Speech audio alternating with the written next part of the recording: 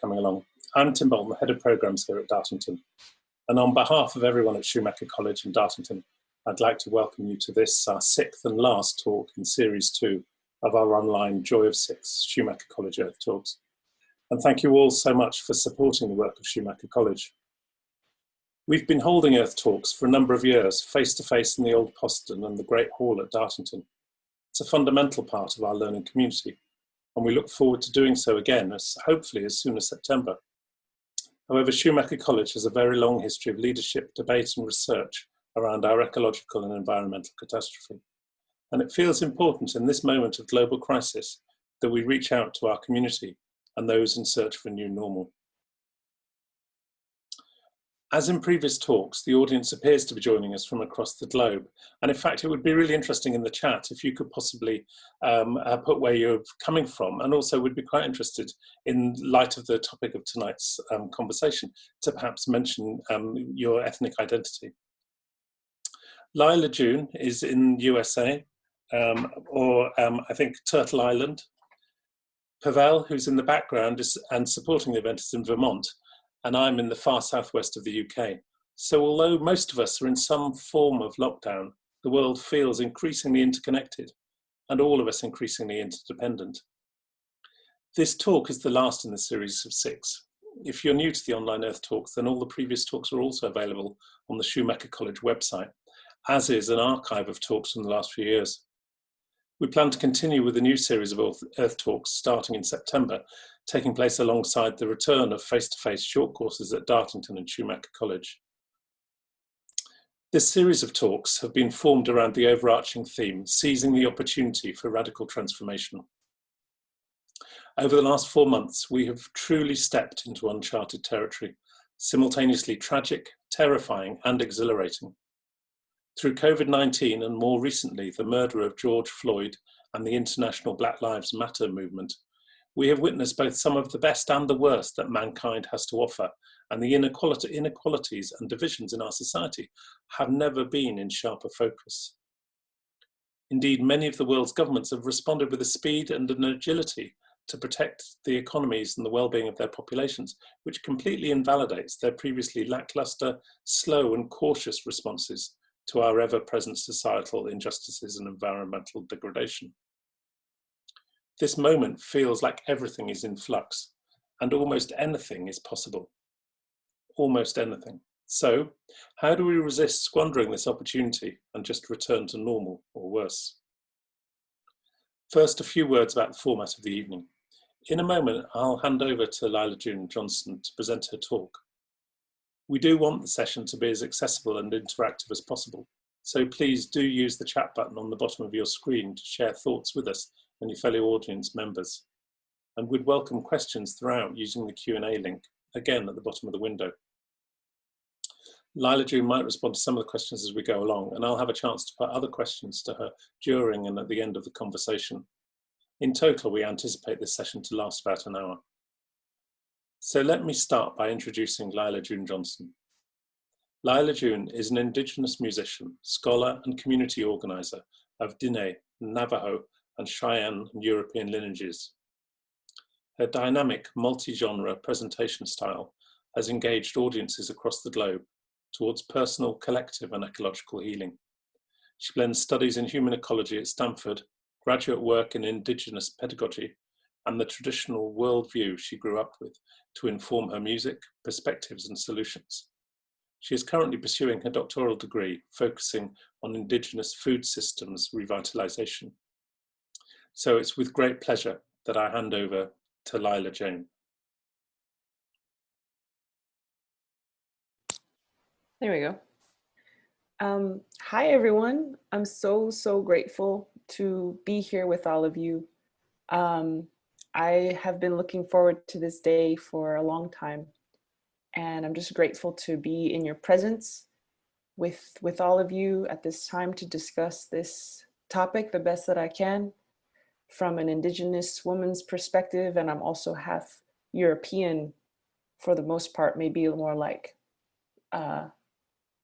7/16 European or something like that. But I do come from the island that many of you are joining from, Sacred Islands.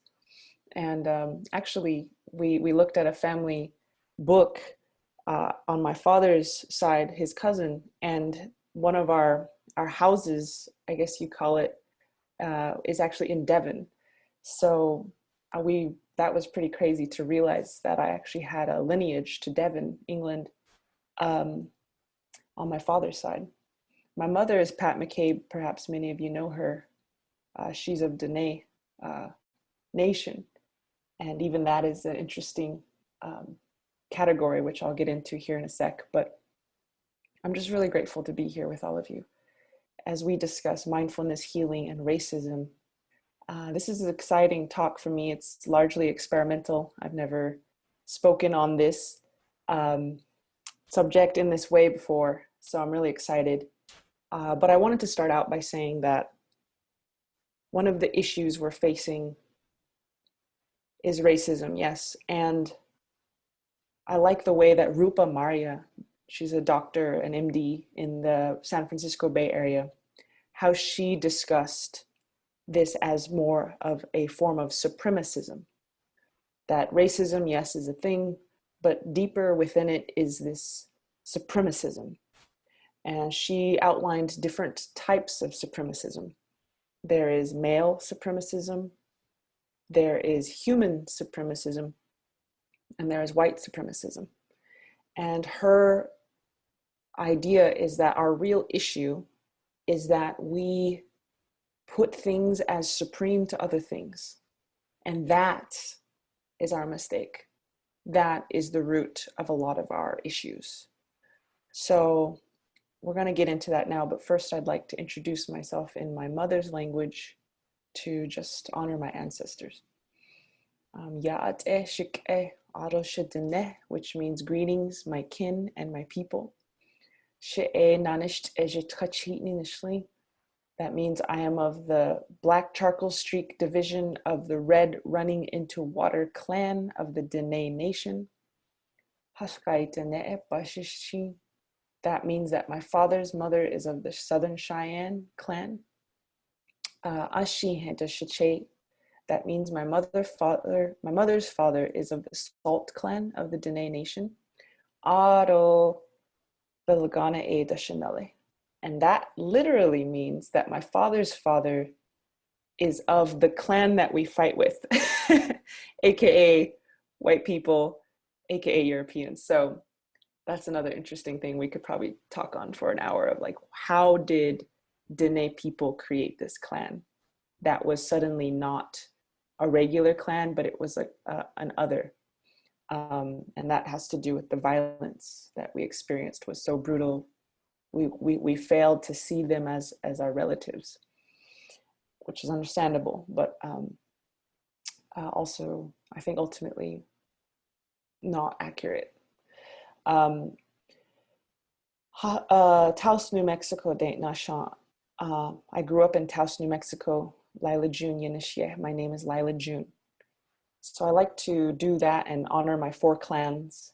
In the Diné system, the word Diné, also incorrectly known as Navajo, it actually means people.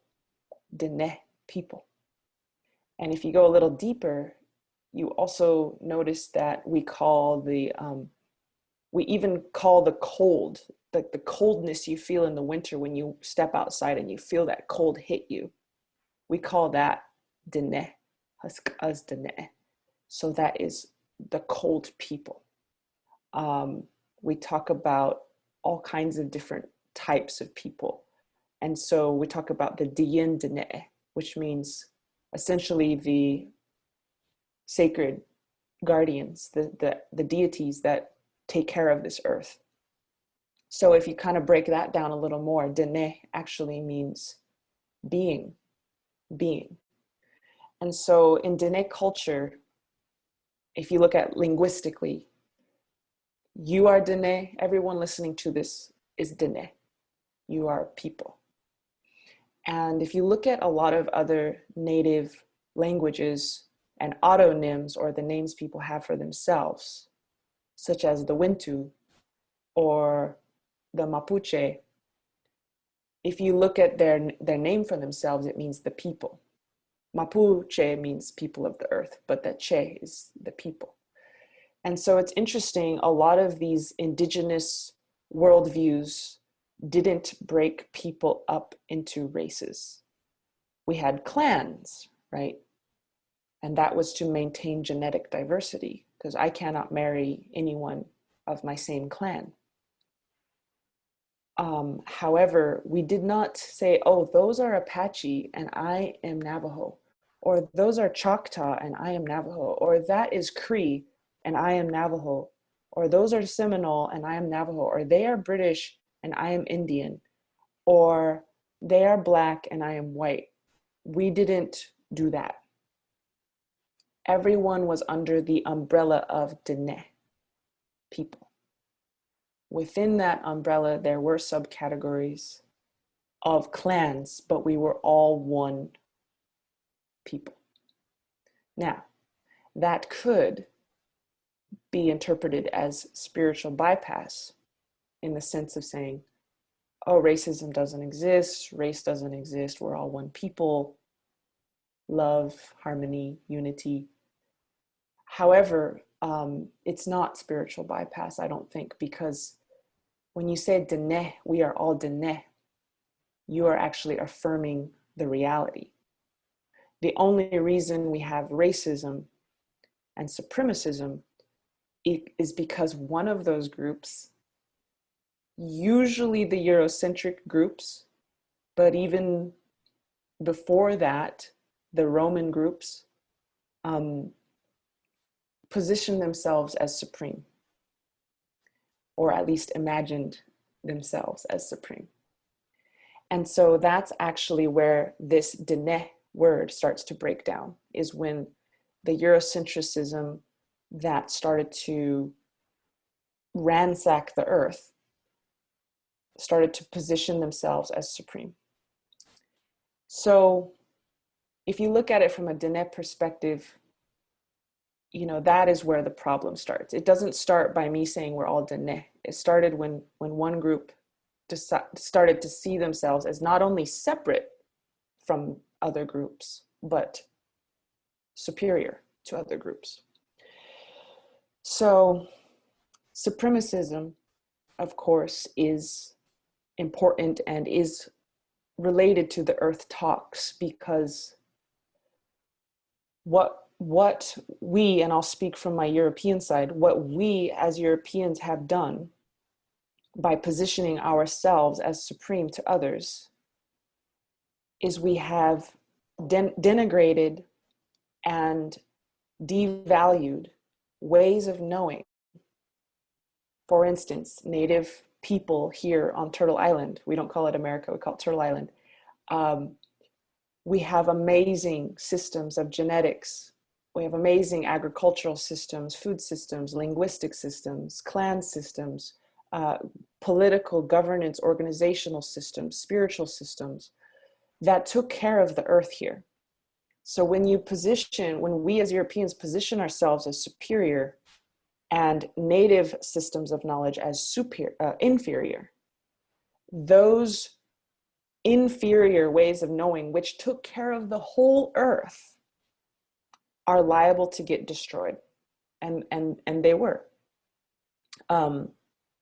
Here in Turtle Island, we only have about 30 native languages that are spoken by all 3 generations, grandparents, parents, and children. 30 out of used to be tens of thousands. 30. When we position ourselves as superior and all other languages, cultures, people as inferior, we believe there is a reason to destroy these other things, and these things are destroyed. People are destroyed. 98% of Native people were wiped out within the first century of colonization, they say. And when you wipe out that people, it is due to this belief that they weren't here that long anyways. They're not really of this land. They came over the Bering Strait. They're not important. Let's just sweep them under the rug, AKA annihilate them, so we can have all this land and do what we need to do on this land, because we know better than people who've been living here for hundreds of thousands of years. We know how to work this land as the supreme race better than anyone, to the point where they actually forced native people to become farmers, blacksmiths. They forced us to go to their schools. I'm still going to one of their schools. They forced us to assimilate. When extermination was no longer acceptable after Sand Creek Massacre, it switched to assimilation. So they're like, well, if we can't kill you, then you at least have to become exactly like us, because our way is superior. So anyways, that's a little lecture there on Indigenous and European relations. But what I'm really trying to get at here is that if these even the word Europe is interesting because it comes from the mythological character Europa. And I saw in the chat that many people are joining from Wales, from Germany, from Brazil, Scotland, and they're identifying their indigenous European ethnic background.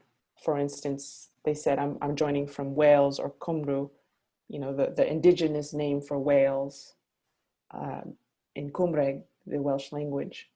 And so that is important to notice too, because Europa is a Greco-Roman centric word, right? And it just like they named this land that I'm on America, and took away the names of this land, of which there are hundreds of thousands of different names for different parts of this land in our indigenous languages, so too did the Greco-Romans plaster all of Europe with this term Europe, right? That's a Greco-Roman colonization of indigenous European lands. But okay, when the Europeans came to Turtle Island, to this land, there was a lot of imposition of superiority. Reminds me a lot of Trump. He's always like, I'm the best president in the world. He's just really got this he actually has clinically proven narcissistic personality disorder, where you're just overinflated and you sell a version of yourself to the world and to yourself, which is really hiding, for all narcissistic personality disorder people who have that, they're hiding a very deep insecurity. And so similarly, when the Europeans came, they had this narcissistic personality disorder where they really overinflated. And when they came here, they saw how advanced our societies were, how advanced our food systems were, how we manage the land. The explorer is always right. It looks like a park here. It looks like a highly managed park. We managed this continent, and we densely populated this continent, contrary to what scientific racism would have us believe. And so when they came here, that is when the problem hit. But at the end of the day, they were still Diné. They were still our relatives. They're still Diné, but they forgot they were Diné. So one of my elders told me, he said, Lyla, your job is to uplift your people. And he said, your people are all people who call themselves the people.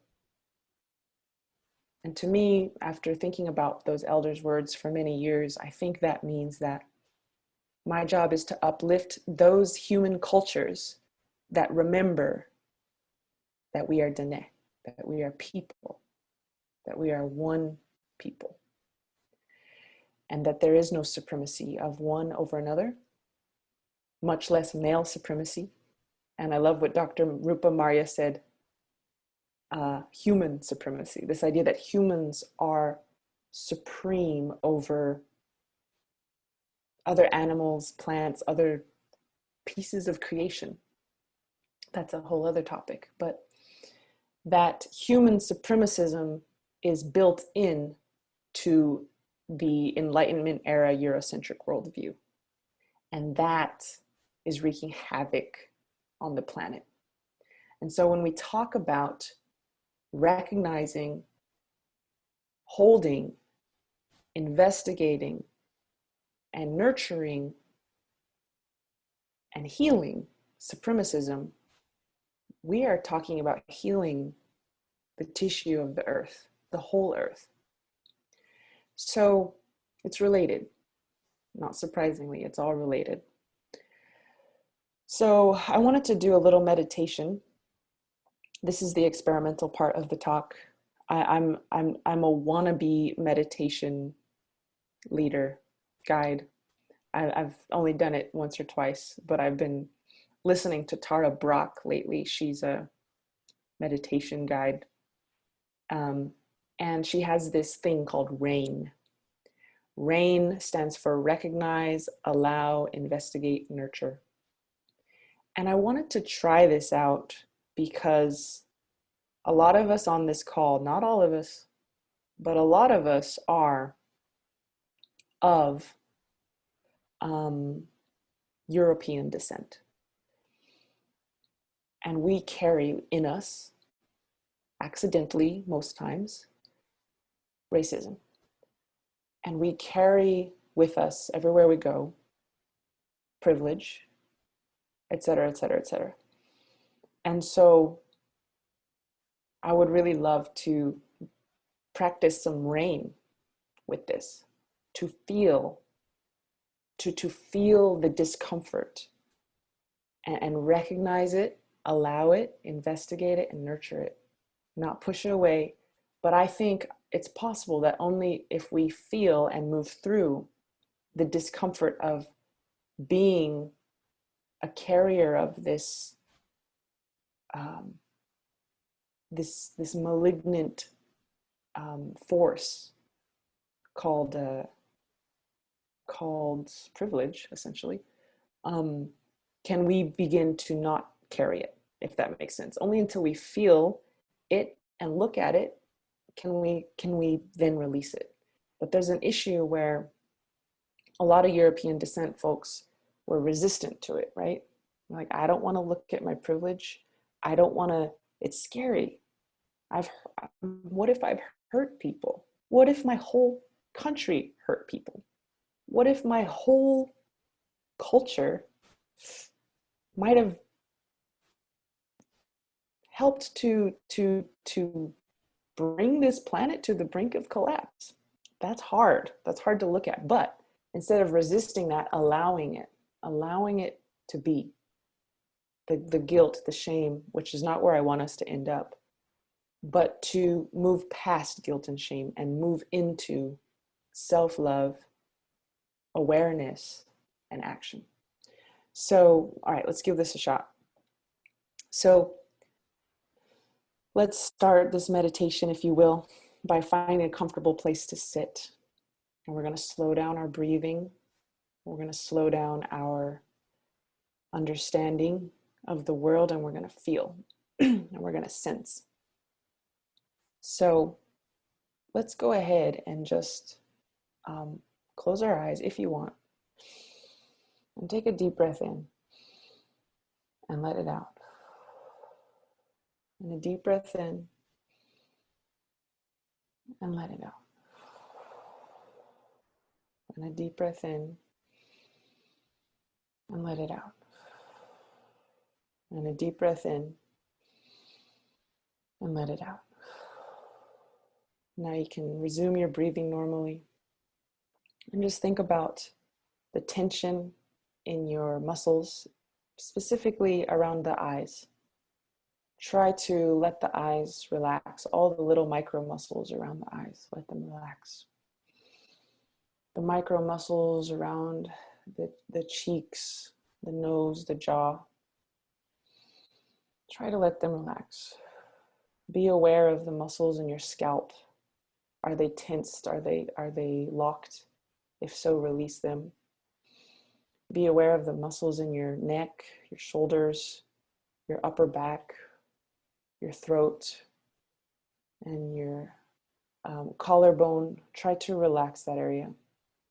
And as you scan through the body, just try to relax various muscles. This can be slightly uncomfortable if you're like me and you try to avoid feeling. It's a whole nother story, but to try and feel your body relaxing. And now I'm going to say something, and the goal is for when I say it's to recognize the emotion that comes up. And when that emotion comes up, allow it. That's the A in RAIN. And once you allow it, investigate it, feel it, try and understand every cavern of that emotion. Where is it in your being? Is it coming from the heart? Is it coming from your head? Where in your body is it living? And then nurture is to nurture it and thank it instead of judging it and pushing it away, to thank it. So, all right, here we go. I'm going to say something, and let's just practice. I'm practicing it with you. Okay. So let's say, if you have lighter complexion, you carry white privilege. Now notice when I say that, if you have lighter complexion, you carry white privilege in this world. Now recognize, what are the emotions that come up? Can you name them? Now number 2 is to allow them to be there. Don't push them away if you can. Just allow it to be there. Feel it. Don't judge it as bad. Don't judge yourself as bad. Just allow yourself to feel this for a moment. And I is investigate. Investigate that feeling. Where is it coming from in your body? When I say you carry white privilege if you are light complected in this world, where does that feeling come up?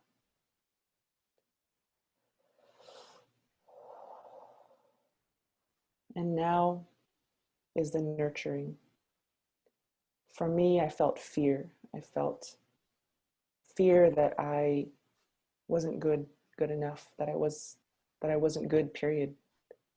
But maybe you felt something different. And so when we nurture that feeling, we're saying, thank you for trying to protect me. You know, it's different. It's different than saying, hey, you're bad, go away. We nurture it. We say, thank you. Thank you, fear. Thank you for trying to protect me. And we can let it go. But we befriend it. We befriend it before we let it go. And perhaps you're not ready to let it go yet. That's okay. Perhaps you're just meeting this consciously for the first time. And just feel for a moment the notion of grace. Grace is love just because. Grace is love not for any purpose. You cannot earn it. You cannot unearn it. Every single person in the world receives grace in every moment by what I call creator. And the rain, like they say, the rain falls on all people just the same. And so allow that grace to be for a moment. Again, you cannot earn grace, no matter how many awards you have on your wall, or how many degrees you have, or how smart you are, or unsmart you think you are. Doesn't matter. Grace doesn't look at those things. Grace just is. So, slowly take some more deep breaths just to come back. I'm going to take a deep breath. And another.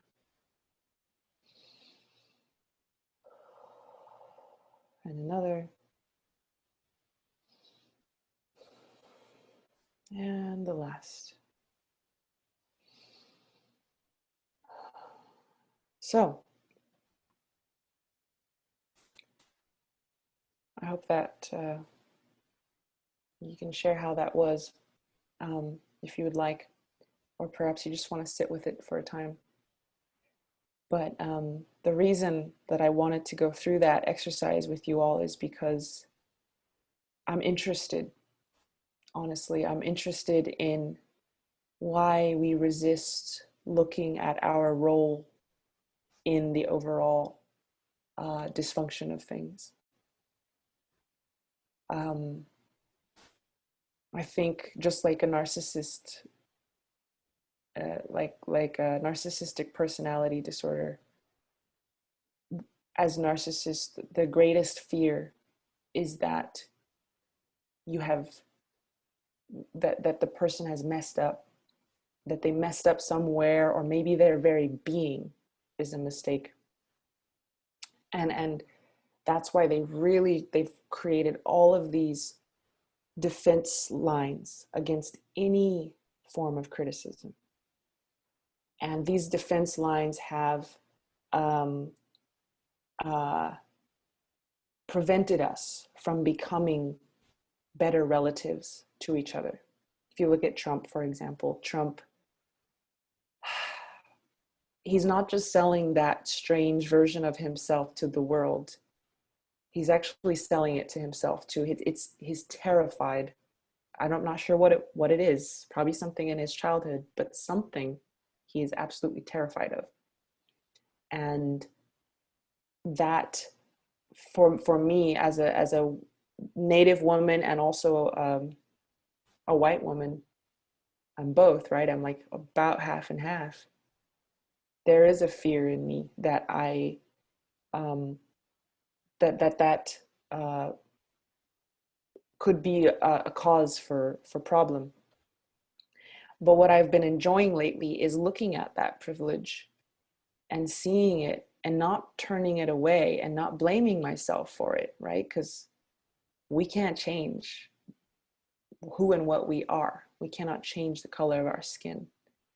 Obviously, I'm speaking mostly to European descent folks on this call. I apologize if you are not. Hopefully this exercise is interesting to you too, and perhaps you could use it in circles of your European descent friends.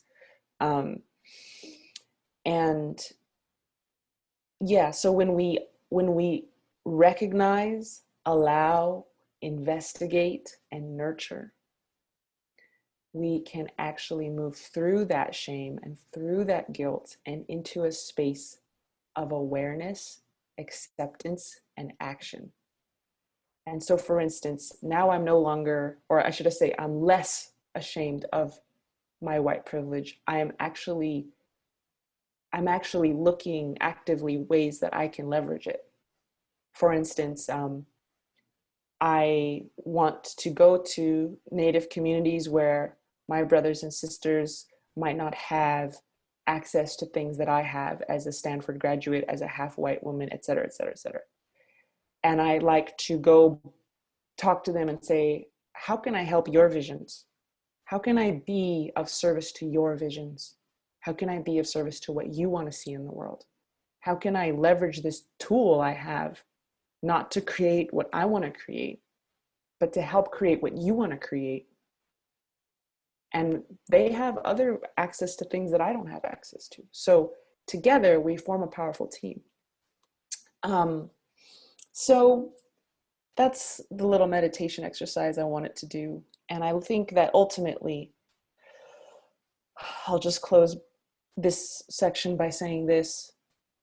When I thought about the title of this talk, Mindfulness, Healing, and Racism, the healing part, right? That's the part that we all need to be a part of. And I wish I could say it was easy. However, healing from my experience is about looking, feeling, and forgiving.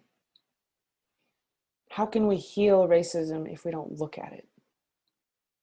How can we heal racism if we don't feel it? whether, depending on which side of the coin we're on. And how do we move past it without forgiving? The thing about forgiving is you can only forgive if you know what you're forgiving, right? So that exercise in that RAIN exercise we did, where we're actually being mindful and present with our privilege and the emotions that that privilege brings up in us, that can actually bring you to a space where you don't have to live with that anymore, because you're seeing, you have to go through it to get through it, right? We can't shortcut around it. It's there, you know. And then you forgive it, right? Which is having a deep understanding. And what I've been trying to share with the world is that, okay, let's look at Europe, right? Let's look at the Roman expansion. Let's look at the Inquisition. Let's look at the destruction of women through the witch persecutions. Let's look at the torture chambers. Let's look at King Edward massacring 100 Celtic harpists. Let's look at them burying the bards face down so their stories would die with them. Let's look at the languages of Europe and how they've been Romanized. Let's look at how Welsh was prohibited in schools for a very long time. Why? If these negative forces are trying to destroy this language so bad, maybe there's something to it. Maybe there's something beautiful in that language. Maybe there's a reason we need to protect it and revitalize it. So as European peoples, we're carrying cycles of violence forward. But you can only carry a cycle of violence if you yourself had once been violated, right? And so that's where the forgiveness comes in, is the understanding, the deep understanding that European peoples suffered immense torture, not just for a little while, but thousands of years of torture, sustained torture. We know epidemics. We know the Black Death. We know the bubonic plague. We know what it's like to, as a continent, be so full of fear that that fear manifests as illness. We know this, right? And so that's where the forgiveness comes in, the self-love, the grace of understanding. Yes, we're a part of the problem, and that's not our fault entirely, but we do have the power to be more aware of how we are walking in the world. And so I think this is just the tip of the iceberg that we've touched on today, but at least it's a good step. And I'm going to sing a song, and it's for Native people, but really it's for all people, to reconnect to our Indigenous roots and understand who we are, who our people were. They found a clay effigy in German soil recently. It embodied the woman, the sanctity of the earth. They radiocarbon dated it. It was 40,000 years old. That's how long our people as Europeans have been honoring the earth, honoring women. That 40,000 years ago, somebody's hands were forming this clay into the image of a woman. That's who we are. And that's who we have to remember that we are. That's the real us, right? And how do we come back to that? So that's sort of what I mean here. Whether you're from Australia, you're Aboriginal, you're African, you're West Asian, you're Southeast Asian, East Asian, whether you're Russian, whether you're from South America, wherever you are from, First Nations, Indigenous, et cetera, we all have ancestors to connect to. And those are the nations that must rise up right now. Those are the nations, not rise up into power, but rise up simply into being, to remembering, and remembering we are Diné. So, okay.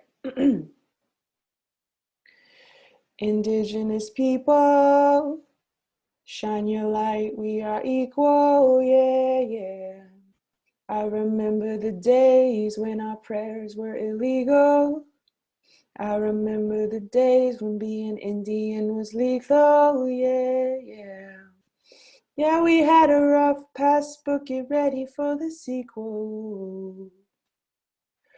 Get ready for the glorious comeback of our people, yeah. Rise up, all you warriors of love, all you answers to the prayers of our ancestors from above. I could feel it in my heart. Can you feel it in your blood? I could hear the seventh fire calling us to wake up. All nations rise, rise up, 'cause now's your time. We don't have to hide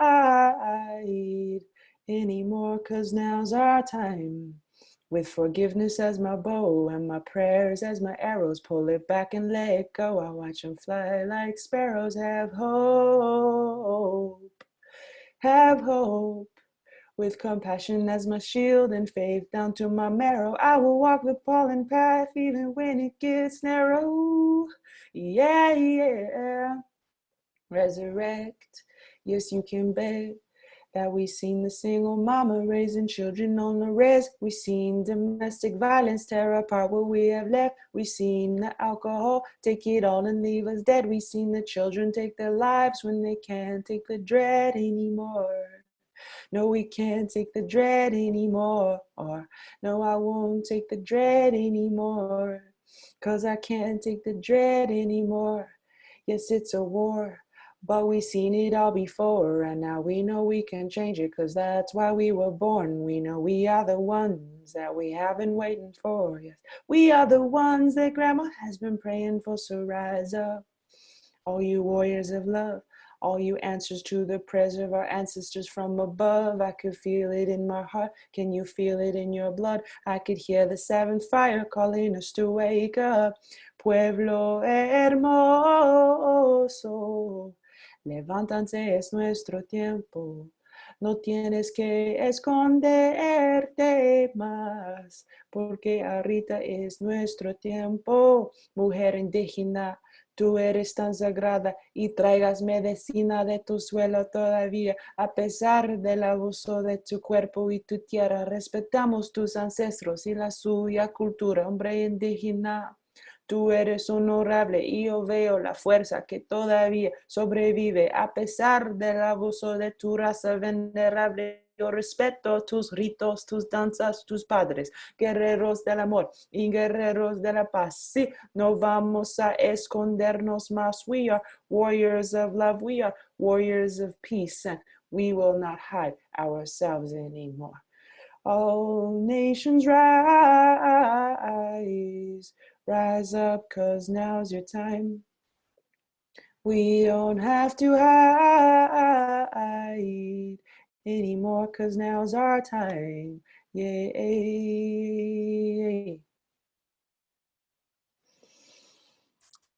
Okay, so, you know, we've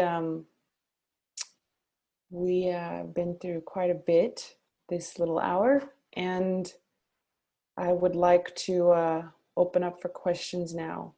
And thank you all so much for being here with us. Lyla, can I thank you? That was absolutely great and really fascinating. And maybe if the people watching, if they have some questions, if they could put it in the Q&A box, then that might be even the best bet, and we'll try and work through some of those questions. Maybe can I start with a kind of a personal one almost, because I think I can only speak for myself, but I think I'm picking up similar sentiments in some of the language here. That this kind of combination of shame and denial of our white privilege is quite difficult to deal with in lots of ways, and that doesn't, you know, I'm not saying poor us, but it is difficult to deal with. And you had as a kind of subtitle for this talk about cultivating right relations, and I suppose I'm really interested in how we can try and use that energy, the we're producing through this kind of sense of urgency to need to do something in order to try and, you know, drive some change and create some of those right relations. Yes, and it may not seem like it, but this moving through of shame and denial is actually a part of right relations, because part of right relations is accountability. Accountability seems like a scary word until you realize it's actually not about you, and that it's about a larger phenomenon that we are mostly unwittingly complicit with. And so, but then once we move through shame and denial, then we can move into actually doing what our ancestors could not do. For instance, I have a feeling that if the ancestors of, let's say the 1940s here in what they call America, when the Industrial Revolution was really kicking up and all of this whole land was transforming, if people had the humility to say, wait, America is actually an illegitimate, illegal military occupation of indigenous lands, they actually did not, you know, they actually are important. Native people are important. They're not subhuman. They're actually human. And that means, ooh, we've done some bad things. We have obliterated their societies in very violent ways. If there's that courage to say, ooh, we messed up, then I bet you the 20th century would have looked much different in this country. And so that's what I'm saying, is that the shame and denial is a part of right relations, because it helps us move into a place where we can be actively anti-racist. And so some of the most impressive Americans, white Americans that I've met have said to me, I am racist. And I'm like, wow. And that's sort of like the next evolution of this, is saying, I am racist. It's not like, oh, I'm not racist, I'm not racist. Even as a woke liberal, etc., this woman said, I know I'm racist. And there's something so alchemical about that, because once we say, I am racist, we are saying that we are willing to look at the ways that we're racist and then have a better shot at being unracist. And so what I've been thinking about lately is how you're not truly, this is going to be a heavy statement, but I would say we are not truly on the side of Black and Indigenous peoples and other peoples of color until we are actively anti-racist. In other words, and this is a bold statement, we are going to be racist until we explicitly identify as anti-racist, as we are actively working to understand these things. How do I accidentally carry white supremacy with me everywhere I go? And even as a Native woman, I carry it. Like, I remember going to Stanford University, and I went in and I thought, oh, I can't do this. I'm just a stupid Indian. I had internalized white supremacy. And so we carry it. It's kind of like the fish swimming through water. But I know we have to get to the next question, but I'll quickly say, let's say we do that part. We face our racism in the face. We explicitly identify as anti-racist. And by that, I mean investigate how we are racist and investigate how we can heal that. Then we move on to the next step, which is uplifting voices. And the magic words are, how can I help, if at all? So let's say I'm a white woman living in Pennsylvania, and all the Native people in Pennsylvania have been removed and put into Oklahoma. Maybe one thing she would do is she would go to that nation in Oklahoma and say, how may I help, if at all? And what you're doing there is you're giving agency to a Native tribe who had their agency stripped for hundreds of years. And you're saying, I would like to help you in the way that you see that you need help. Instead of saying, I know about permaculture. I think you need permaculture. Let me do a permaculture workshop in Oklahoma. And saying, no, let me let you lead the way. So a lot of communities of color are saying nothing about us without us. In other words, if there's some kind of initiative that's sort of help our communities, we best be right there at the table from the very beginning, leading and directing the whole thing. So that's what I would say is the next step once we move past the denial. Like, how may I help, if at all? Is there any tools, skills, resources, privileges I can put in service of what your community needs? Thanks so much, Lyla. I just spotted a note in the chat from Tim Ellis who says, I so agree with this, Lyla. We Friends of All Colour in South Africa, we identify as recovering racists, to be clear about the lens we wear, conscious and subconscious. Elspeth Crawford asks, so Lyla, a couple of weeks ago we had Bio Kamalafi speak. And he talked about the idea of the plantation in which we all effectively are slaves, as well as figurative, as well as for many people it's still being a practical reality. And when Lyla June, after bringing us so close to grace, spoke of Europe with compassion as the continent full of fear, I recognise the power of the plantation. What does Lyla June think of slavery, which is another killing, but not the same as the terrible driving of the indigenous to death?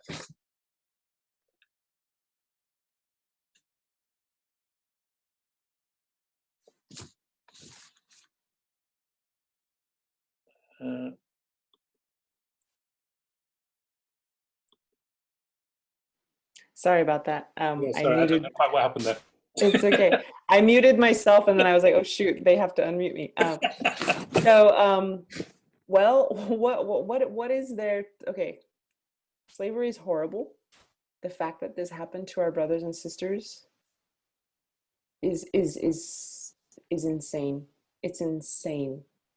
And I don't know what, I think that I have no idea how people could do that to another people.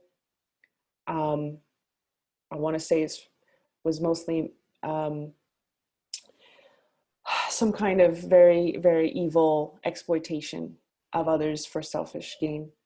And I think that it's wrapped up in capitalism, capitalistic mind states, aka how do we exploit this to our advantage to the greatest degree? I think that, I mean, what is there to think about slavery, especially what happened here in what we call America? It was very, very not good. And so I think our goal is to, as Indigenous folks, is to acknowledge that a lot of Black folks here in America, that our struggles are intertwined. And a lot of Black folks here actually are Indigenous.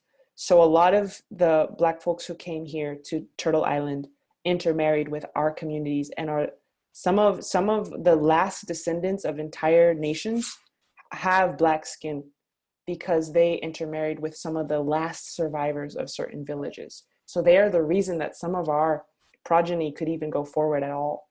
And so they carry that. We're very connected here on this land in genetically, in terms of struggle, etc. And I know I didn't touch on that a whole lot in this, but I think the fact that there has not been a formal apology from the United States for the enslavement of sacred peoples is, it's a pain that we live with every single day. And not just apology by words, but an apology through action. Thanks, Lyla. When we met previously, you mentioned a little bit, I think, about the kind of the way in which there was a sense that Indigenous Americans were almost the last to be recognised. You know, if there was a kind of hierarchy of racism almost, because somehow Indigenous Americans were perhaps lower down the pecking order than almost anyone else. And I don't know if that's almost what you were saying then. I was reading recently about the Aboriginal people of Australia being classified as flora and fauna up until the early 1970s, as opposed to, you know, being human beings. So yeah, I mean, that's a sensitive subject, but yes, if you can imagine that anything could be seen as less than someone to be enslaved, then yes, that is what we are seen as. And subhuman, non-human, there was more about just gunning us down. And until, I know this is a heavy topic, but until very recently, even the 1970s, they would round up Aboriginal people, Aboriginal humans like you and me in the backyard and just shoot them one by one.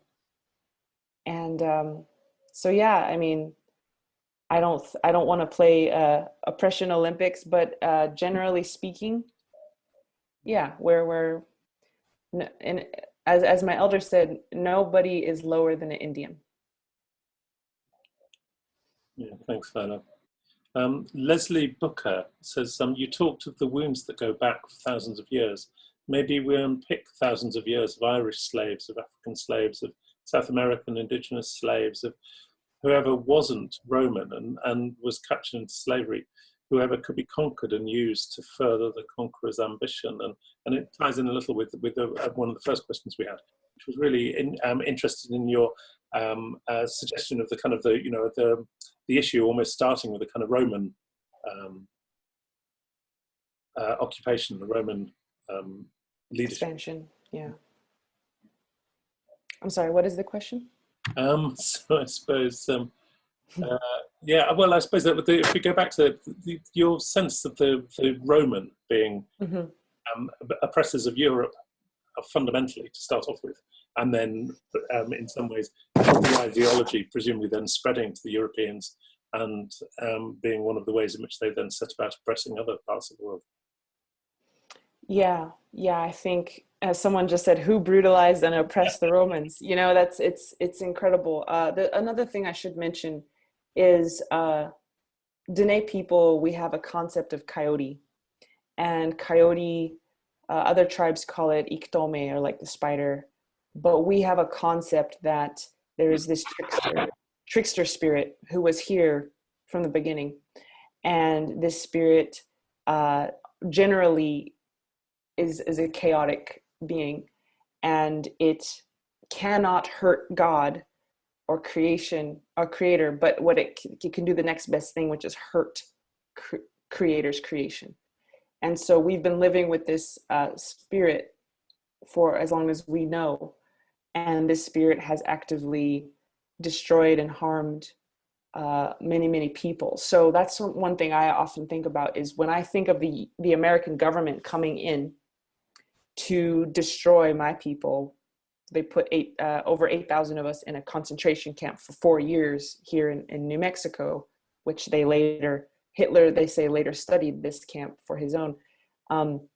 When America put us in these camps, I often think about it, it's coyote putting us in these camps. Coyote is trying to trick us out of our power, trick us out of our love for not just ourselves, but for other things. And it's that heavy energy.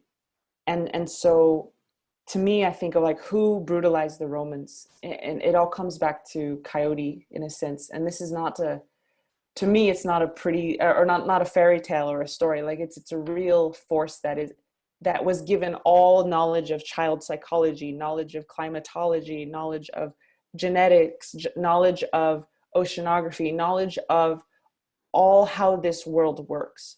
And instead of using that knowledge to nurture the world and help the world the way it was designed to do, be one of the guardians, it is now using that knowledge to enslave the world. And I see that around the world. And it's not just Europeans who do it. You know, the Thai government is actively destroying the Karen or Basignon peoples and their language systems. So it's not just white folks who do this to non-white folks. It happens throughout the world, and we are all susceptible to being possessed, for lack of a better word, by this spirit of selfishness.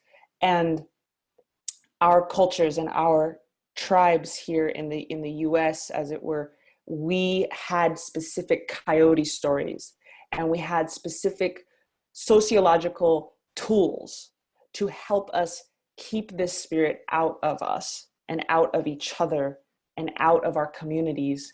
And when we would see it try and come in, we're like, oh, there's coyote. You know, we could spot it. We knew the tricks because we had been through war. We actually had slavery right here in Turtle Island. People don't understand the origins of slavery, but we had slavery here against each other. That's how we learned peace, was through chaos. Mm-hmm. And so I think that's an important part to understand too, is we're not just destroying each other on our own. There's a lot of forces that are helping us destroy each other.